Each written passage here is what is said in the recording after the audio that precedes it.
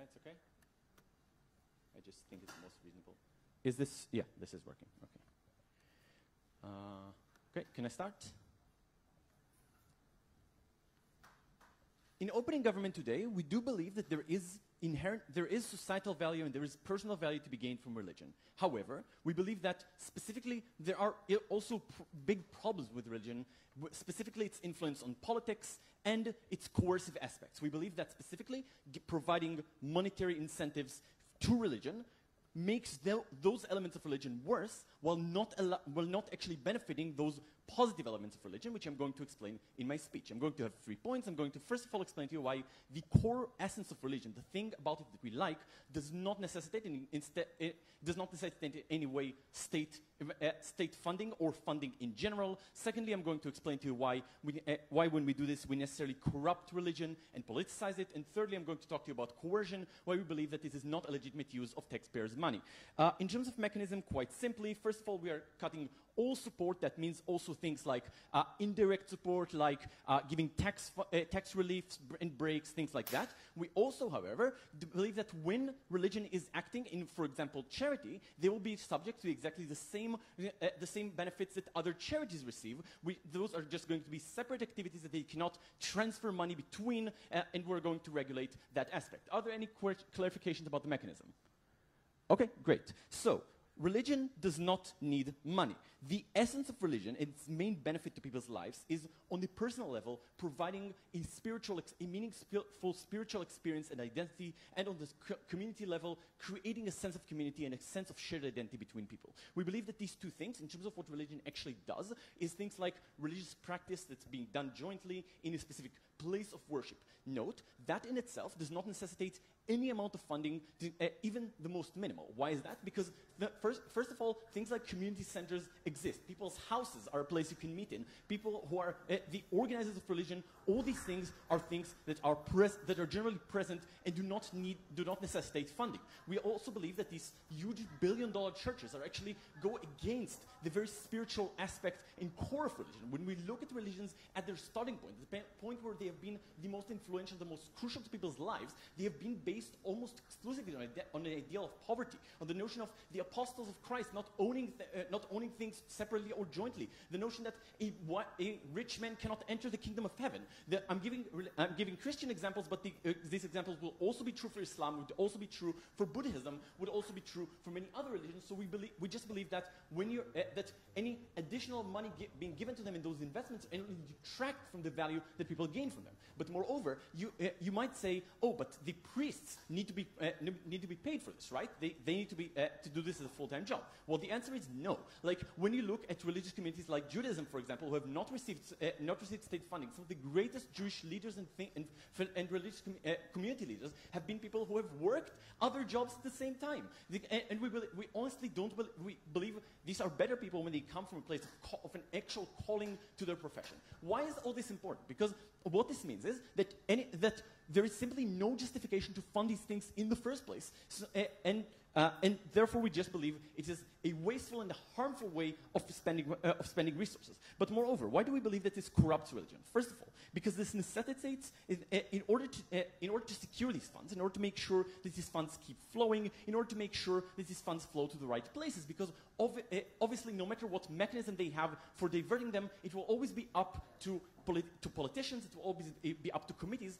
What this means is there is a clear incentive and a clear need for religious organizations to enter politics, to have parties, to have functionaries, to have people whose job it is to make sure that the funding keeps flowing to their organizations and deny it to others. That is crucial also because, note, often when your money is being used to fund, for example, another religion, that is actually could be an act of sacrilege if you believe these other people are adulterous, are pagans, and so on, and that means you have a clear incentive of blocking them. When we see, for example, the way Islam is being treated in some Christian circles, the way more Reformed Judaism is being treated by Orthodox Judaism in Israel, what this means is you have the clear incentive and necessity for religion to enter politics, which we believe makes first of all religion worse in the sense that it becomes more politicized, that it has to have political agendas, that it has to call on its supporters to have specific political views. All these things mean you just create public activities were not supposed to be there in the first place. It detracts from what religion is all about. But moreover, we believe that the commitment that these religious organizations now have is significantly more towards their sponsor than towards their followers, which we also believe is terrible in terms of accountability, in terms of being accountable to the right organization. Now, they might say on the other side that when we cut this funding, then religions are going to ask for more from their followers. However, we don't think the things are mutually exclusive, right? You can both receive money from the state and receive massive amounts of money from private donors. We don't see this. We see these things happening today, so we don't believe that it becomes worse on their side. So we just believe this politicizes religion in a very negative way. Before I go on, I'll take opening. Sure. Do you believe that people have the fundamental right to practice their own religion, not under the influence of coercive forces to do otherwise? Okay.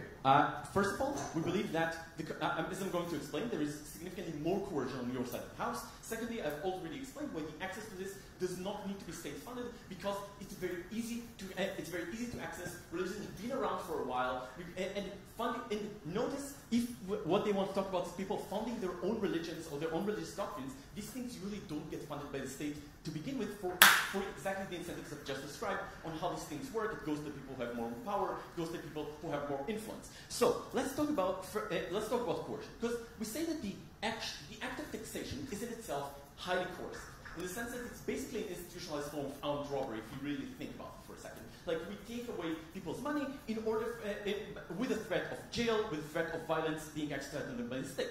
The main justification, the only justification we have to do that, is the notion that this provides a certain common good. It's something that's objectively good, that people can agree we prefer to live in a society where this thing happens. Why is this not the case for religion? 3 reasons. First of all, the reason I explained in my first point, which is this is just not funding that's necessary. Second point, more importantly, is the notion that religion is a very controversial issue. Many people see religion as a force of oppression.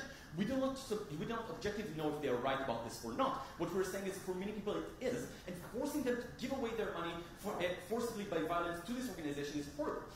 Thirdly, as we said about the notion of, if I'm actively contributing to a religion I don't adhere to, a religion I believe is pagan, I'm from another religion, that is a massive coercion on my own freedom of religion, because I'm literally practicing idolatry and forced to do so by the state. For all these reasons, we are very proud to propose the motion. Thank you very much.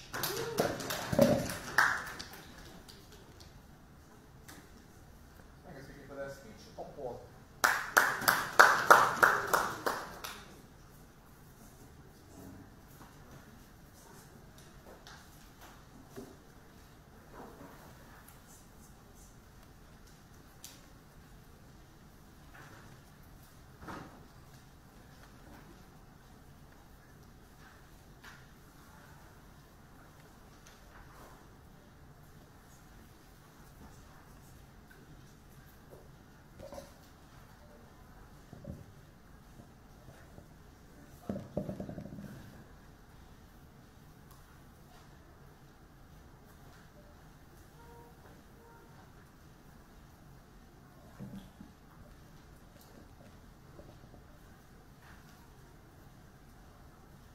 In this debate, government's burden is to object to all support for religions.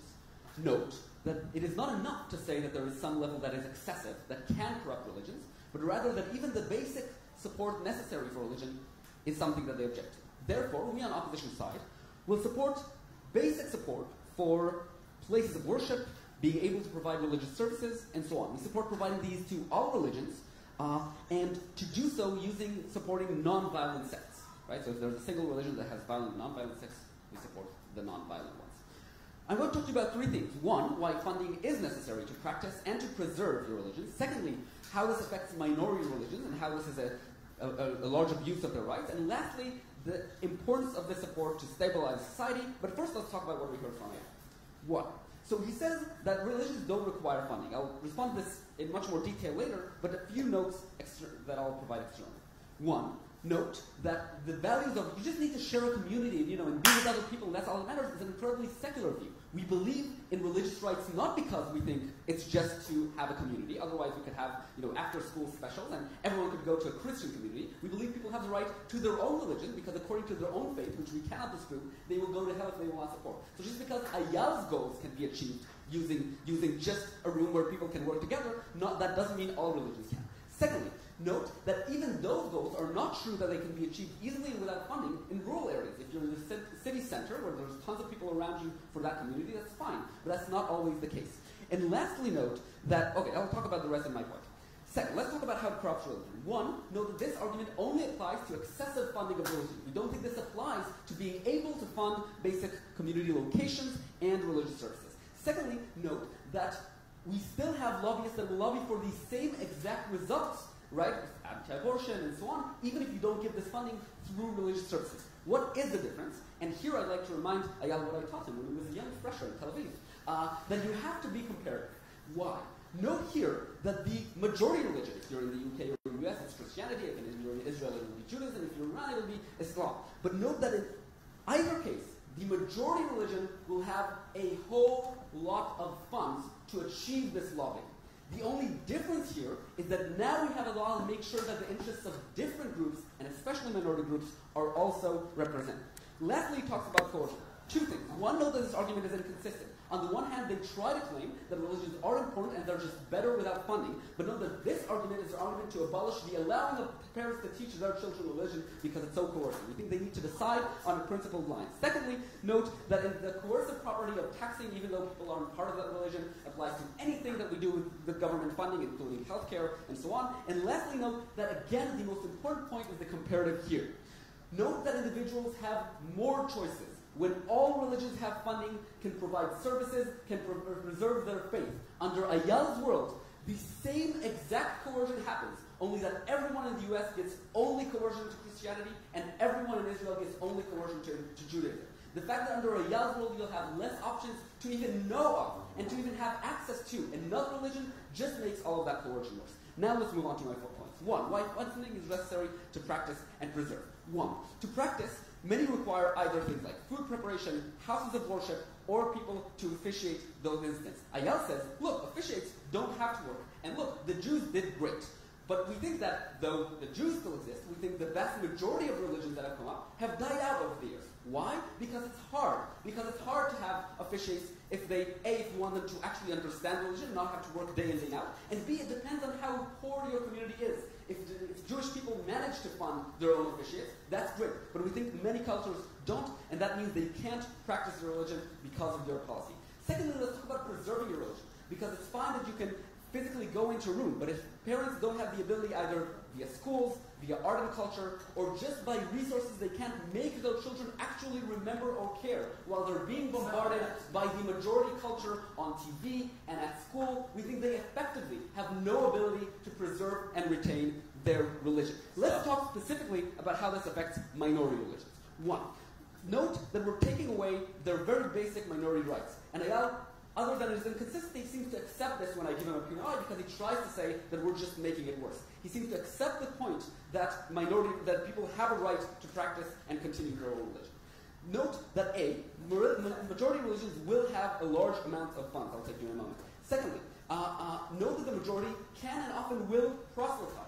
This, on the first hand, includes the population itself, right? As part of Christianity, proselytizing is a part of a positive thing that they want to do in the religion. And secondly, it means that the governments can do it themselves. There could be other government laws that try to pressure people into religion. There can be laws that are not intentionally proselytizing, but do so, right? This is our country's history, therefore we have to teach this history. It serves the majority of the populace, that's why we teach it in public schools. And even if there's no law, in most countries in the world, officials on the ground will make it more difficult for a minority religion, whether it's teachers or whether it's the bureaucracy, which will treat people differently. All of this means that there is, in the vast majority of democracies, a price to pay for being a minority citizen, both financially and in living day-to-day lives. That means that if you're a minority, then often you don't have the resources to support your own religion, and you have an enormous imbalance of funding and power and structural power that makes it difficult to practice your own religion. Yes? So, as long as we show that followers of any religion will have enough to meet the basic standards of not going to hell, opening opposition will be satisfied? No. We've also talked about the ability to preserve your religion for your children and so on, but you do also have that burden. So to conclude this point, we think that government side is taking away minorities' religious rights, whether it is, and this policy, the previous policy is necessary to be able to retain the rights. Lastly, let's talk about stabilizing society. Because for many, religion is the main positive source of support. This is especially true for criminals that have lost other parts of support or family and so on. It's also true for extremely religious people, which also have a tendency to, which are also capable of becoming extremists. It's important, A, that people see and perceive that the state supports what they believe are their own values. Secondly, it's important that we are capable of supporting moderate versions. This is incredibly important in countries that are still working on state building, like Iraq, that all different sects receive some support in the state and therefore have some buy-in to it. But it's also important in places like the UK and the US in trying to fight against extremist versions of religion. And lastly, it's important that these religions have something to lose in their cooperation with the state. As the state will never support them ever. There is never any incentive for them not to go in more extremist directions. For all these reasons, we get each other.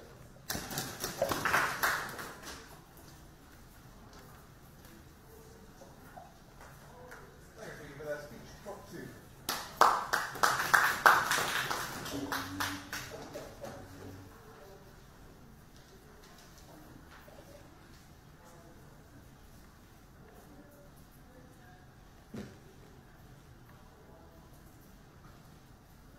Let's be clear, this is not even remotely a debate about whether religion is good or bad. It's a debate about whether religion functions best in a free market or a state-socialized system, where Sella sits picking whether the Zoroastrian school or the Hindu school is going to get a new hall today. We think those people should pick best for themselves and make better choices when the state tells them which gods they should believe in. So, two new points in this speech. Firstly, why do we think the state is uniquely bad at picking religions and encourages the worst tendencies in religion? Secondly, why God thrives best when he has to compete in a free market of religions and alternative beliefs and can choose to go bankrupt if he wants to. So before that, some rebuttal to what Sella said previously. Firstly, to note, they say they're proposing basic funding for religion. They are funding basic schools, basic places of worship, a rural church for seemingly every single person who might live in a rural area and want to go to church on some occasions. This does not sound like basic funding, but a massive package of resources where the state picks what is a basic need and what is not a basic need for your religion and redefines the nature of your religion on the basis of those decisions. So that was inconsistent with much of their argumentation. Secondly, on terms of what our burdens are, Sella says that he has to prove that religion is good. Just because something is good does not mean the state should subsidize it, or even just because it is an incredibly meaningful part of your life. My wedding will hopefully be like one of the most meaningful moments of my life. It does not mean that I'm entitled to like a tax subsidy on it, or a massive amount of someone else's money. They have to show why this is comparable to healthcare, or comparable to something else we deem to be an absolute right, rather than something which is merely analogous to other things which might sometimes be good. Firstly, then, in terms of funding, firstly, in terms of like people having a right to their religion and a right to practice their religion. So we would say that you corrupt religion because you decide which bits of religion you are going to say. They say it's only in terms of non-violent, but it's also in terms of deciding which religions are going to have specific political privileges and be able to make those choices. Secondly, we would say that you are deciding which religions to preserve. Frankly, if a minority community in a particular country chooses not to educate their children in a religion, or the children choose not to be interested in that religion, that's fine, and that religion can go bankrupt. We don't see why the fact that something is a minority means that it has to persist if the followers themselves are not interested. They say that that is because of structural oppression, or whatever, rather than the disinterest of the followers. And they then say it's also because of government pressure. The thing to note is, if they say that previous well-intended government policies are enacted in racist ways, because of the structure of the state, this policy is presumably not immune to that, and therefore the government will structurally underfund these religions. Note, they talk about diversity of this religion. Given they presumably fund religions based on how many followers they have at the moment, they establish a massive status quo bias, i.e. you only fund religions which are larger, more, as opposed to funding religions you deem to be best. What that means is current religions stay established and smaller religions don't get so much funding. Unless you think you have reached the correct vision of God now, we think that seems perverse. Finally, in terms of the religious rights of minorities, we know that atheists are, globally speaking, the ultimate religious minority, probably the most persecuted religious minority by means of their global average.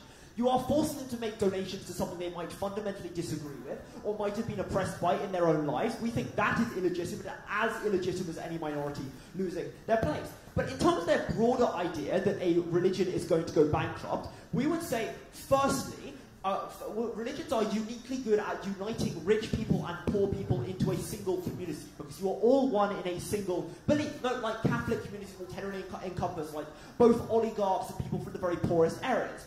Not in every case, obviously, but what that means is people cross-subsidize areas. Secondly, because they tell us people care so much, and it's true there are some costs involved, what that means is they are able to bear those costs to some extent, and most people will be able to gain access to their religion. Go for it. Given that you care about the free market of ideas so much, it's surprising that the government will intervene in commercial cases to prevent a monopoly, but here you're not willing to provide even minimal funding to prevent a monopoly of religious beliefs. So if a religion were artificially crushing other religions by means of like forcing them out of the marketplace, we would do that. What we wouldn't do is subsidize small companies. We don't see why like antitrust law requires subsidy of certain companies which might not be established. Note, you're also subsidizing the monopoly company and subsidizing them more. More on why they're going to be subsidized more later. Finally, in terms, we also know it's just true the majority of religions are comparatively cheap, and that the quality of what's being provided is in no means in proportion with the amount of money you throw in. Like, having a bigger church does not provide you with better healthcare. By contrast, having better cancer treatment is in proportion to how much money the state spends on it, and therefore that will be a better use of the state's money. In terms of religions being moderate and stable, we would say that firstly you say you're only funding non-violent religions, you are still funding very extremist religions. Secondly, this gives religions a perverse incentive to flirt with extremism in order to gain a preferred status with the state, and therefore to gain money in order to prevent them from going into extremism. Secondly, it makes religions which aren't extremists or which are deemed to be moderate because they're receiving excessive state funding look like they are like shills of the state and therefore not the real thing. In terms of coercion, they say this is analogous to healthcare. Just because something is good does not mean it is analogous to the most fundamental things. But moreover, like, it is not a fundamentally obvious law of the universe that healthcare ought to have state funding. They have to justify why this specific thing should have state funding, not just assert something else should, and then analogize it. So firstly, in terms of why we think the state interferes in the nature of these religions by nature of funding. Note, Sella says that people have a right to practice their own religion, i.e. that the state shouldn't corrupt your religion and tell you what it is. He also then tells you that you want to manipulate the nature of the religion by funding non-extremist religions. We think that amounts to the state taking away a religion from people. At its most perverse, that looks like the Catholic Church in China, where the Catholic Church is prevented from engaging in human rights discourses because it is being forced into supporting the party. But in its more beneficent forms, it looks like religions being forced to endorse things like gay marriage or abortion because that will make it easier for them to get funding from liberal legislators. And note, we think that is equally perverse for people being forced to pursue conservative positions. Specifically, we think people are going to be forced to engage with politics to get lobbying for politicians to give them funding because the funding mechanisms outlined by opposition are so vague that it means that there will be a battle in order to get the levels of funding which your religion requires and your religion wants in order to compete. And it becomes who becomes most political rather than who pleases their followers best, which survives. Betraying the core of religion means that religious believers don't have control over what their religion believes, but the state does, and it moves away from serving those people. So secondly on that, why free market is better. Fundamentally, we think things are better when they are accountable to the people they serve. When it's you who makes the decision about whether your pastor deserves to be paid, rather than the state, and therefore you should have that right to decide. Very proud.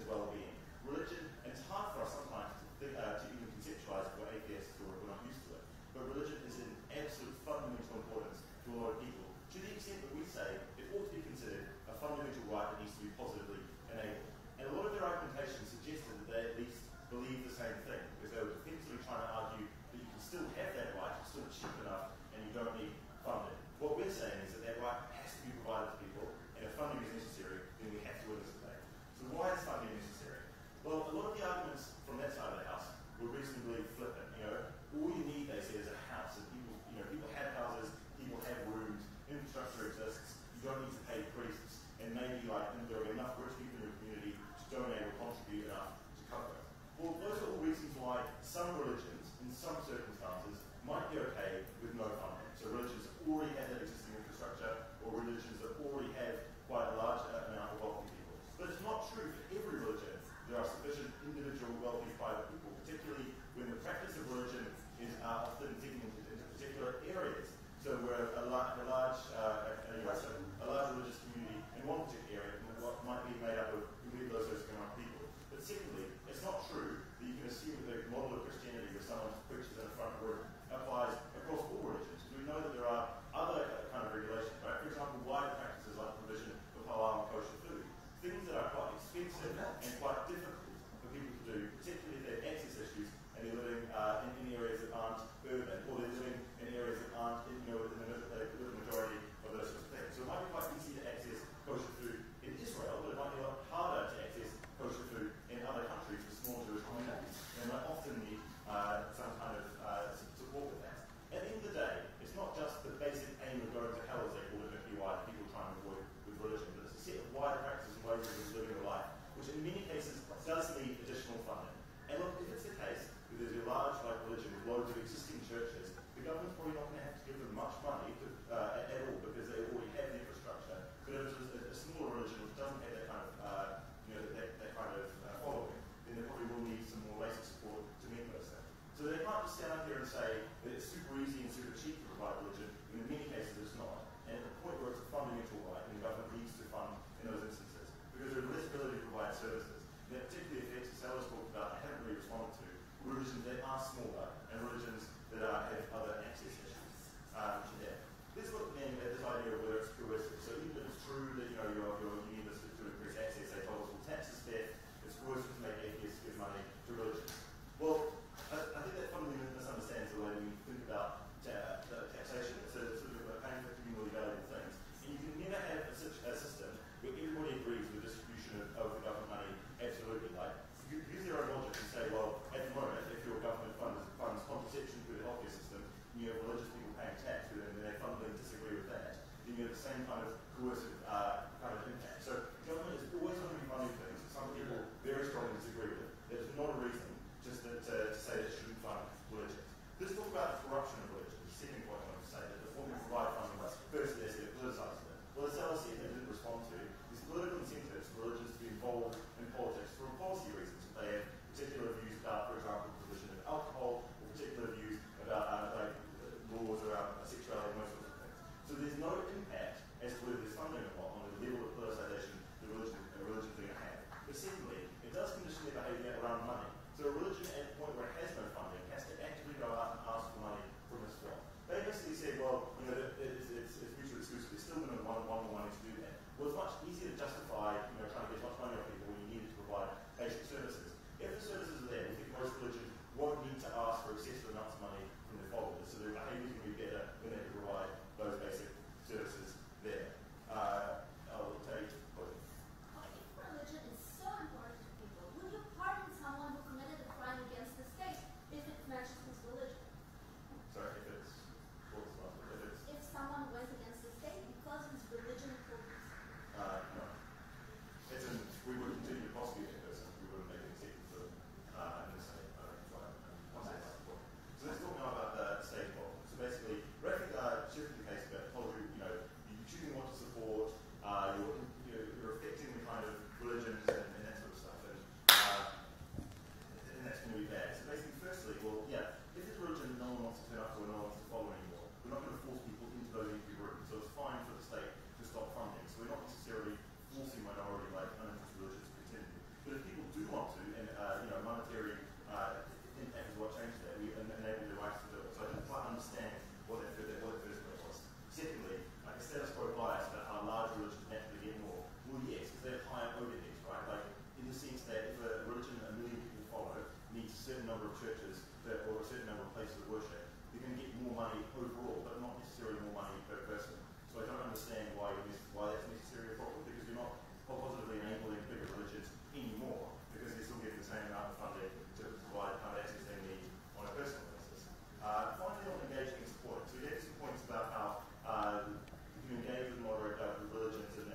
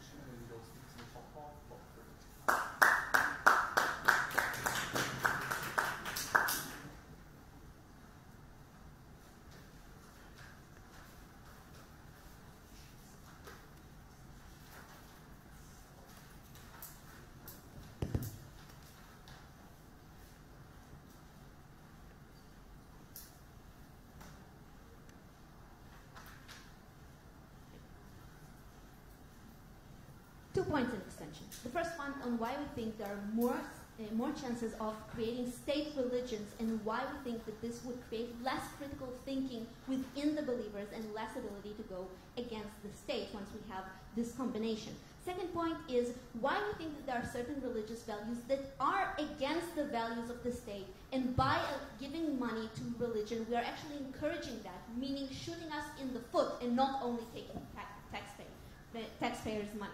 But before that, a rebuttal to what we hear. Notice that OO does not get a fiat on picking and choosing a religion. They need to go with the status quo. In status quo, the state gives according to criteria that don't necessarily have to do with extremism. That is why we see Turkey funding religions that are more on the extreme. That is why we see Israel funding more of the ultra-Orthodox and not the reformist Jews.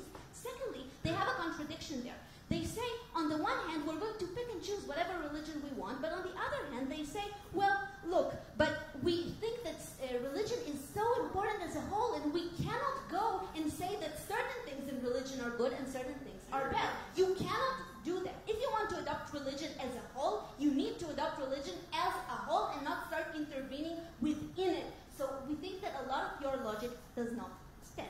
Secondly, about the idea of a monopoly. So first of all, notice empirically, this does not happen.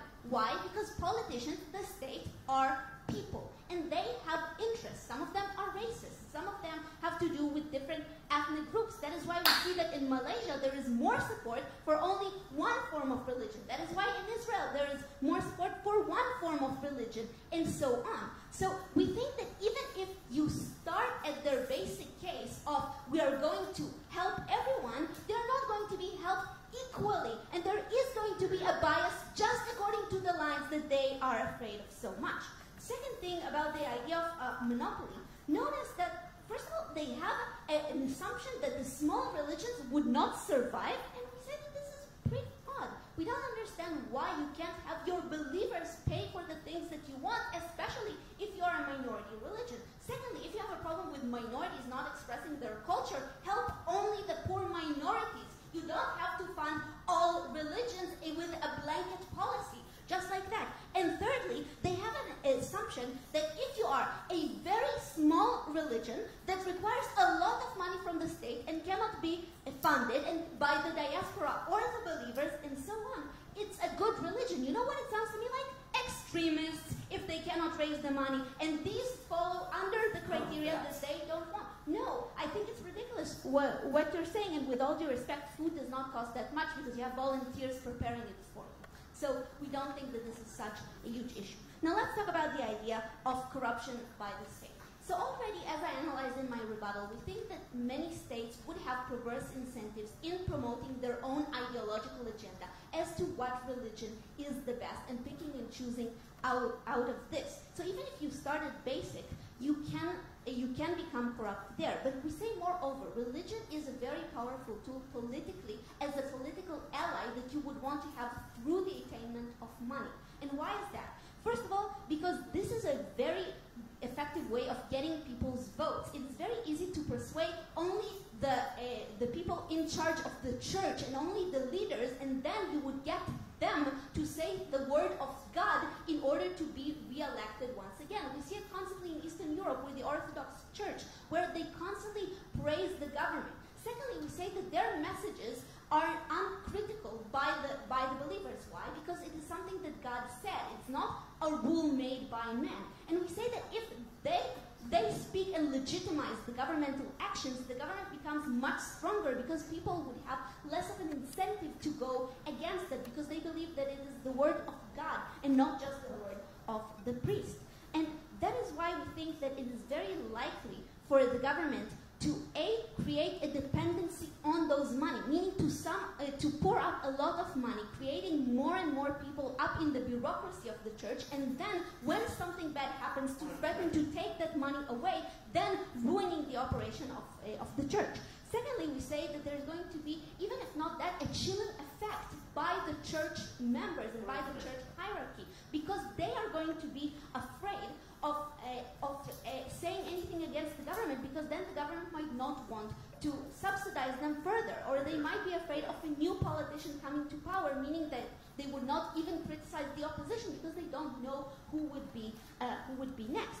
And the government can also influence who is being appointed. So we think that this creates a very bad impact in the idea that people would have less of a choice, something that OO is strictly against. Because then they would get basically a monopoly of ideas altogether. The state policy becoming God's policy, and people adhering to that in a less critical way in the ability to discern whether it is good for them or not, because they would not look at this. Secondly, we say that this creates more nationalism within the church because it would have the interest to promote only the love for the people that belong to that country, to that church, and so on. That is why we see more animosity in places like the Balkans, because they have the church also subsidizing that and seeing that as a message. Before I continue, yes, Paul. So for all of that argumentation to be true about how you create a financial dependence on the state in order to have religion provided, that all depends on religion being costly. So do you thus concede that in those situations... No,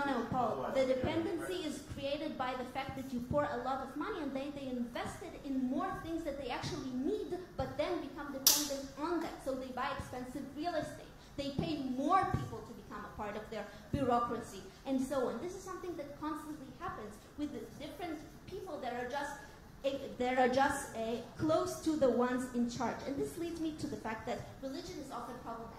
Notice that even if it's non-violent, there are values that go against the state. There is the gender separation. There is the issue of abortion. There are different values that might go against the rules. And here, what you do is you give them more money to go against that. It's true that there are campaigns against abortions now, but now they have more money for ads, better real estate in the city center in order to get people to be convinced on that. You have more of an ability to actually use that in a bad way against the state. And we say that it's the point of contradiction and even convincing people to break the law because this is the word of God. We don't want the government to give money to those bodies. So for all those reasons, we're proud to propose.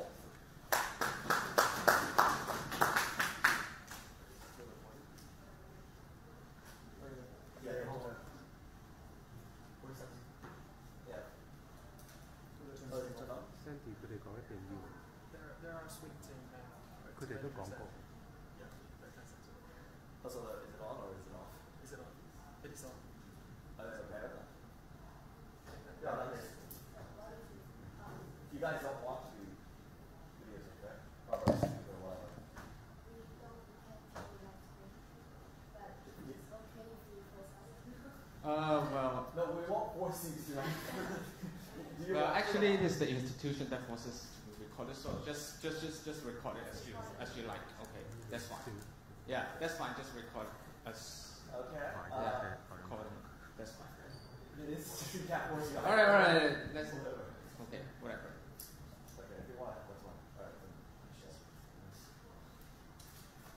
right. Okay, Mr. Speaker, I think that in this debate, none of the side has been talking about the idea of transparency.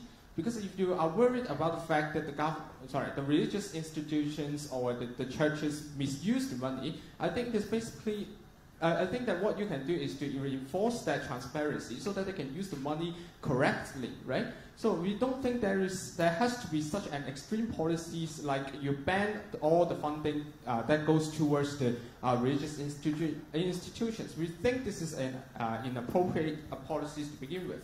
But what is the extension coming from the closing opposition? We think that the closing opposition will address the issue of secularism. We will prove to you why secularism will be worsened in the government's policy. And secondly, I will also talk more about the minority religions as well. I will talk about why they deserve to be preserved and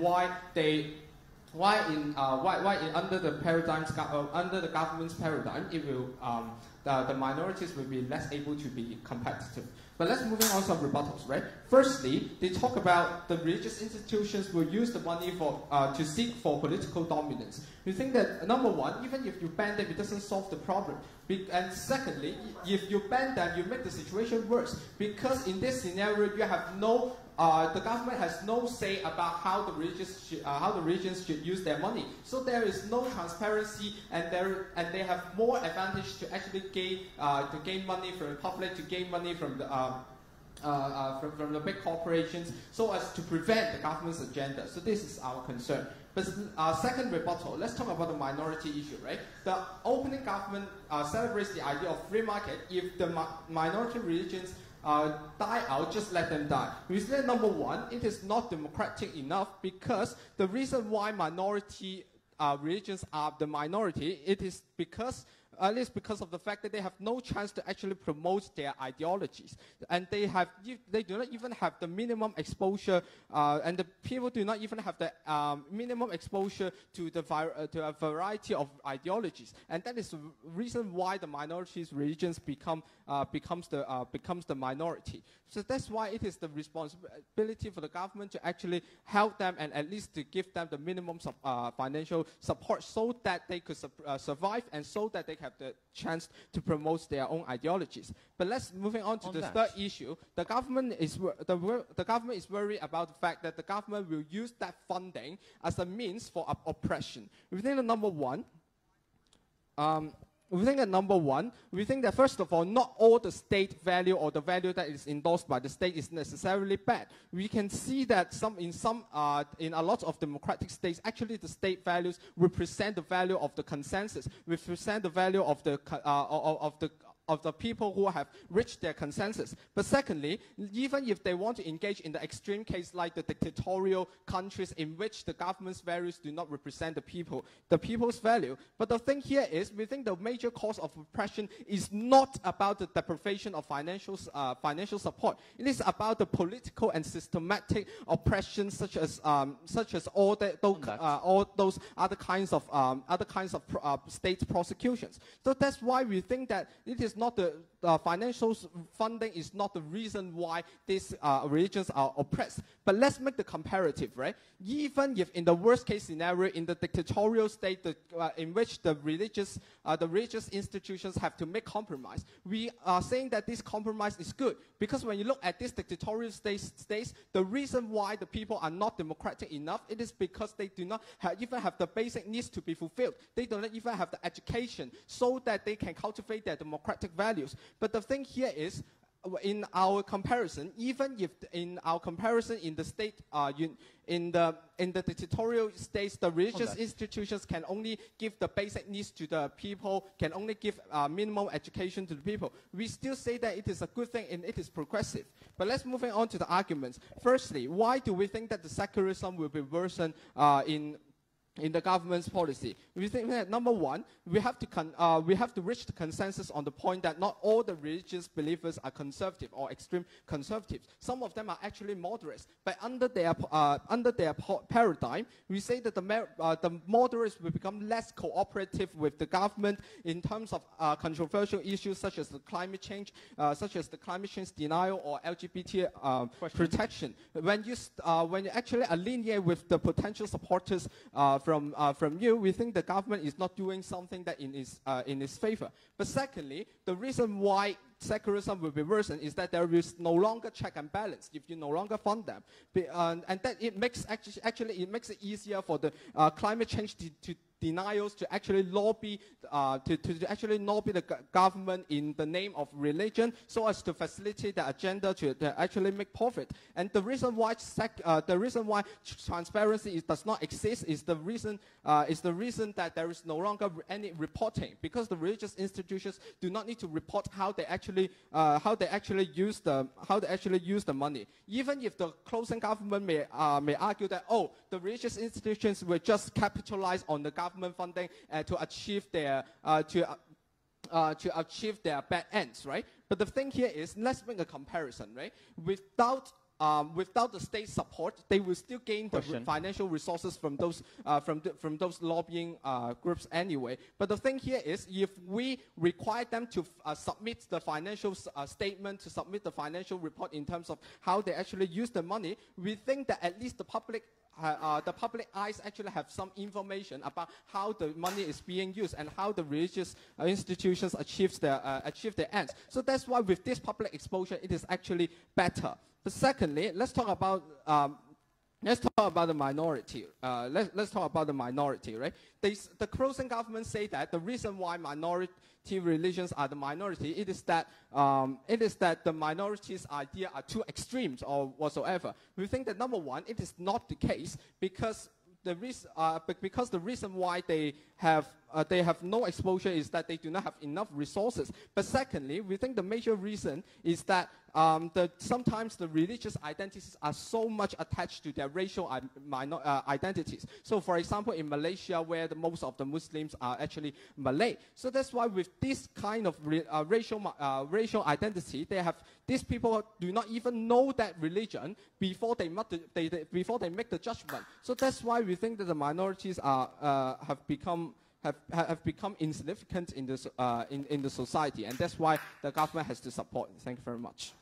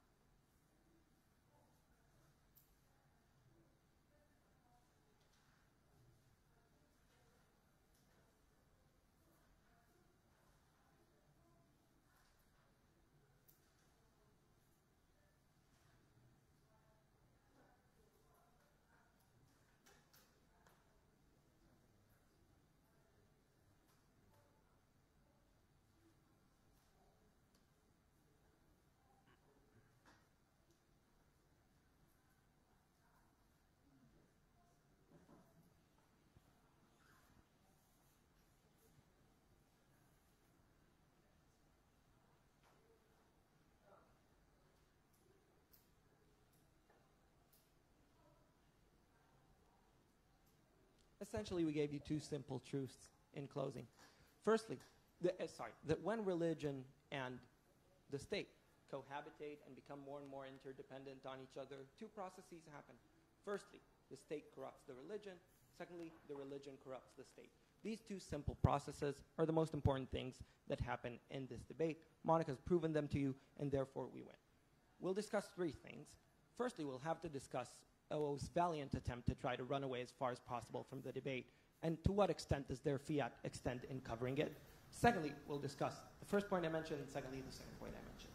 So, before that, a little bit of rebuttal. So, 2 points we got right now in extension. The first one is this idea of minority religion. First of all, the idea that minority religions are minority religions because of lack of exposure tends to be vastly untrue. It's just minority religions because of ethnical intersectionality and the fact that they apply to an ethnic minority mostly, or a historical minority. Secondly, this idea that right now states will be able to suppress minority religions, we say they're on the wrong side of this debate here. Specifically, when state funding exists to religions, exactly minority religions can't be underfunded. We are exactly protecting them from that, and we'll talk about OO's comparative here later, and authoritarian states are generally not in the debate. Secondly, we hear about transparency. Please notice we don't have to give anyone money to make them subject to an audit.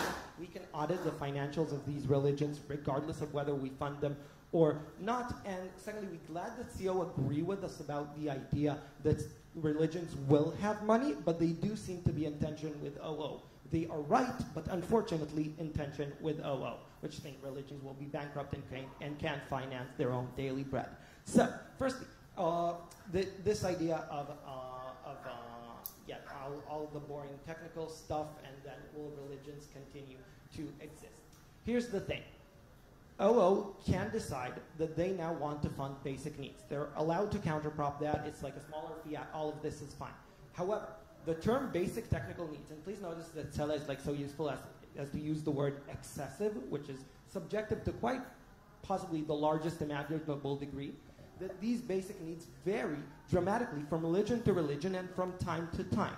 We say, actually, in rebuttal, those necessities tend to shrink and expand with how much money you have. For example, the massive, they keep mentioning like kosher and halal food, the massive expenditure necessary to produce kosher food now did not exist 300 years ago in exile because there wasn't so much money, so the requirements weren't as large. Take, for example, Islam. Again, hijrah. Having to go to Mecca from Indonesia or from Malaysia obviously was not possible in past times. So really, we think that exactly what those basic needs are is something which is exactly subject to debate. And more crucially, is something these religions will have to lobby the government for. Because there is going to be a political committee making those decisions.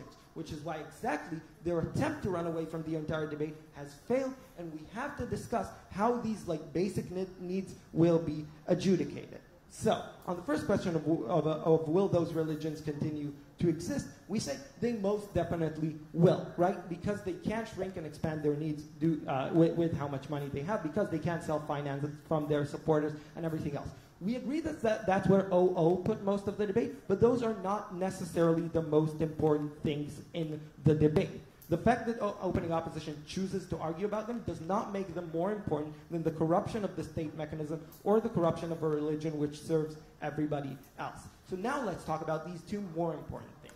Firstly, how it changes the state, and secondly, how the state changes the religion. So here's the thing. OG do give us a bright start. They say now religions will be incentivized to go into politics. However, we find them needing of completion in a few crucial areas. Firstly, why will religions be effective, and how will this intermingling of state and church actually happen? Secondly, why is it actually bad for the state? And thirdly, why is it actually bad for religion? Because here, Ayal gives us this idea of it's against the essence of religion, which is a sentiment I find to some extent persuasive, but is in dire need of completion. So, we talked about this, state mechanism, defend your thing. Go, Sella. The majority religion has private funding that makes governmental funding negligible. How much do proposition's funds really arise from providing support for basic services to other religions as well? Here's the thing. Again, basic needs are to be adjudicated by the state, and you have a positive need to shrink them. A hijrah is now a basic need for many Muslims around the world. It didn't used to be. So all of that. Secondly, just a reality check on OO. All of minority religions apply to exactly how we describe them. Like Buddhists in countries where they are not the majority, Muslims in countries where they are not the majority, exactly don't require infinite amounts of money, and exactly can exist on basic charitable contributions, which are usually very high as well. So firstly, how it changes the religion and the state. We say the state gives money to the people in charge of that religion. Yes, they can, from an accounting standpoint, say that money went to those basic needs that they've outlined, but ultimately we understand that those basic needs are exactly what charitable contributions from the parish already covered. This necessarily means that now this religion has more funds. This means, firstly, that those funds actually flow to the top of that religion to build bigger bureaucratic establishments to and to do all those things. But please notice that still, and especially if you accept OO's characterization, the fact that religion becomes dependent on the state to a large extent, whether it is, as we say, in order to pay for its bureaucracy and to pay for its leaders and to enrich their pockets, or, as OO's description, to simply continue to exist, that religion becomes extremely beholden to the state. This is unfortunately extremely, extremely dangerous, because when that religion is beholden to the state, we have now a concept of a state religion, or at least a state-controlled religion, which enables the state to deliver its messages through a pipe in which they can't be criticized, through a pipe in which they're significantly harder to criticize, and just give them more and more control of the public. This also comes into play with the chilling effect it has on the leaders of those religions actually doing that, and with the idea that they can elect the sort of bureaucrats within that religion in order to shape them according to their ideology. This is exactly what we see happening in countries where they have Orthodox Christianity in those contexts. So essentially what you do is create a religion which no longer serves like its theocratical needs that it was established for, or its followers, but also a religion which enables states to have excessive power and use it against their people. Thanks.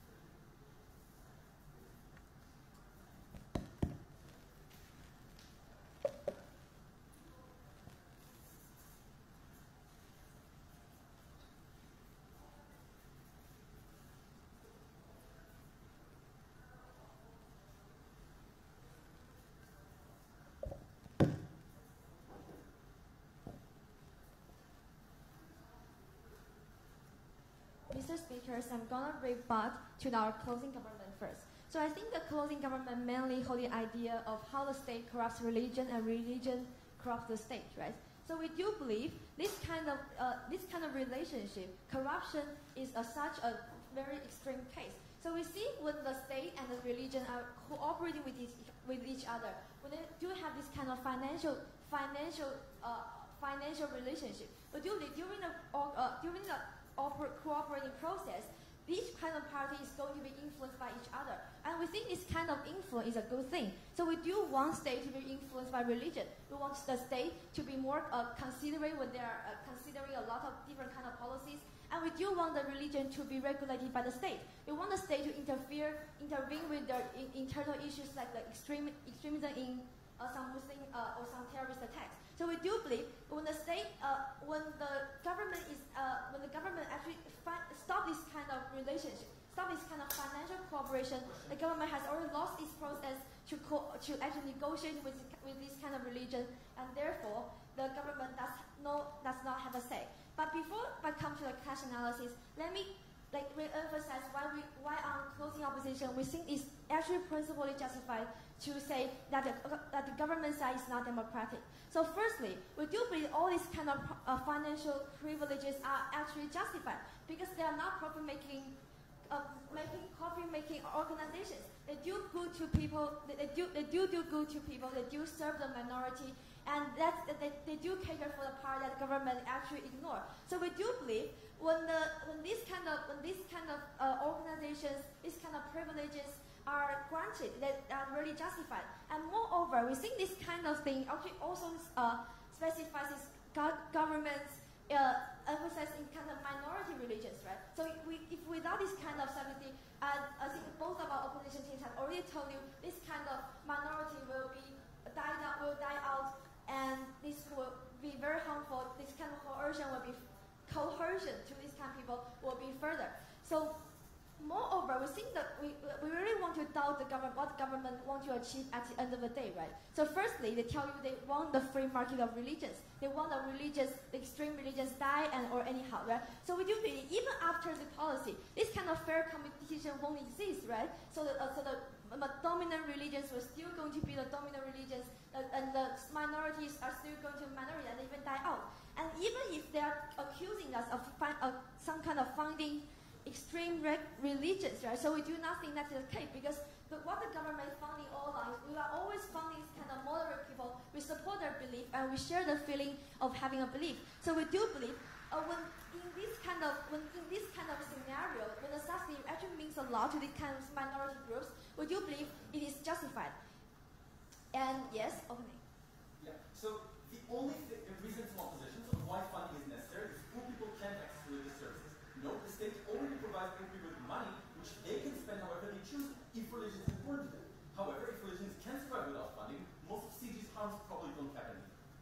So even if we leave this kind of here, right? So So what in closing opposition want to argue is that we think the core problem of this issue is about the transparency, right? So it is not really about the money problem. It's not really about we give the religious organization money or not. It is actually about whether the religious organizations can use the money in a very proper way, right? So let's see under their paradigm, right? So all these kind of religious organizations that do not have any incentive to report to the government, to tell them what we have done, and to worsen this kind of hierarchy scenario. Because for example, like Christians, they have very big donors. The government funding is a very small part of their income, right? So we do believe when the government do not have any say in this kind of financial process of a religious organization, these kind of religious organizations, if as portrayed as a government as that evil, are not going to report the true financial statement to the public. So that's why we think this kind of transparency is really a problem. So what we should do is not avoid the problem, but actively solve them. So if we actually compare the scenario under both sides, right? So we think the government side, what they want, the free market won't exist, the corruption is not going to ease, because we think these kind of religions will get the money anyway, and the transparency is not fostered and is not regulated by the government. So what's moreover, we think that what the religions lost more is what the religion actually lost the government and religion relationship. And it's a healthy relationship and not as evil as CG actually portrayed, right? So we think the money incentive is not that shallow to capital investment. This kind of money incentive is for the religious organizations to want to behave to the government and to behave themselves and to get the recognition of the government and get this kind of subsidy. So we do believe this kind of religious relationship is very good. Yes. Even if we accept that it's not a lot of money and it would be for the moderate religions, there is still a chilling effect that won't allow the church leaders to go against the state when it needs to for the humanic values that everyone seems to exist. So I think what the member of government is portraying a very devil state, right? So for example, like if normally what the government and religious conversation would be, there will be something like, we don't want terrorism, so you better behave yourself, then I give you financial support. It's not about we want you to discriminate all people or different kinds of people. But we think this kind of consideration actually happens both sides, right? The religious leaders will want the government to know that maybe there's some kind of minority need to be catered, and you must cater for these people. We must cater for these people. So we think this kind of relationship is actually mutual. The government can warn warn the religions to behave, and religions can behave according to the government. And this kind of ideas changing, even if there is no concrete change, we actually foster a healthy progress, a healthy relationship, healthy conversation with the religious and government. So imagine if without this kind of financial support, we cannot think of any scenario that government and the religious organizations will be on the same page. They will always be separated and the religions are isolated. And we do believe the religions need to be regulated. See, if the Muslim communities are not be regulated, their terrorist attacks are not be warned by the government, so we think these kind of things will be worsened. That's why we are so proud to oppose. I forget that for that speech, we need those around.